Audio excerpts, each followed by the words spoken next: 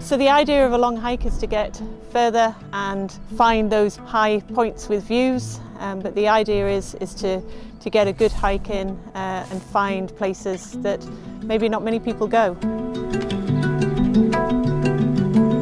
You're going to places where there is no footprint of humans. Up in the Arctic, you've got places where there are no traces of humans. You are in completely wild places.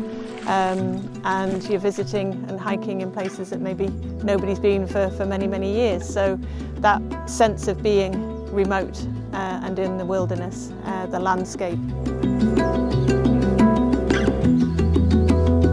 But on the long hikes, because you're getting into those more remote places, the chances of finding some wildlife maybe a little bit higher. So as we got on this little mountain, we can see some muskox just around the corner, and it's a nice size herd. They are quite close, so if we stay relatively silent and move very slowly, we can actually get close. And this is the nice stuff that can happen on long hikes. You never really know what to expect. The Arctic's not just about the big stuff, it's about the small stuff, the vegetation, and the plants that are here that thrive in such a kind of wild environment. And Greenland, where we are at the moment, the colours, the tundra is magical.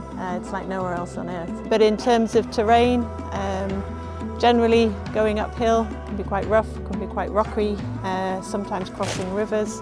So it is a real mix of wild terrain. But for those that don't want to do the long hikes, we can offer what we call a medium hike. So you're going maybe in a similar direction to the long hikers, but at an easier pace with a few more stops, and maybe not going quite so high.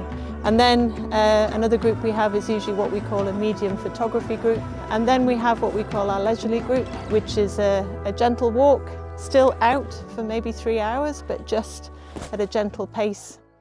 In terms of safety, we'll be scouting for potential polar bears on shore, because of course if there's bears on shore, then we won't be doing any walks or any landings. There'll always be a lead guide. As always, we're carrying firearms, rifles for polar bear safety.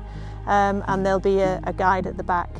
But for me, getting away from the shore, getting up into the mountains for the views over the glaciers, possibly into the next fjord, all of that is getting you into nature and away from anything that's kind of human, man-made and so on.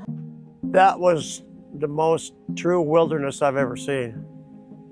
No trails, no sign of humans, no roads. Yeah, it's just beautiful. It's true wilderness. And very often we'll always stop and have what we call our Arctic silence. So you find a good place, everybody sits down, and you just sit and appreciate the peace, the absolute silence. Because for me, those moments are what make this place special.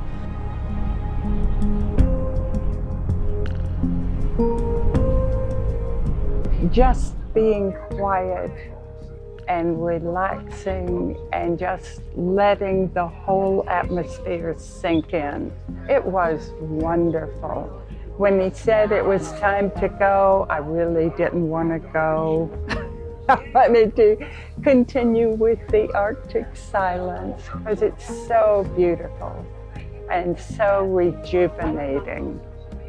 But to sometimes just to sit on a hillside in absolute silence, and it makes you understand that that is what the Arctic is like when we're not here. That is the Arctic. You know, we'll take the boat away today, and this will be the silent place, and I love it.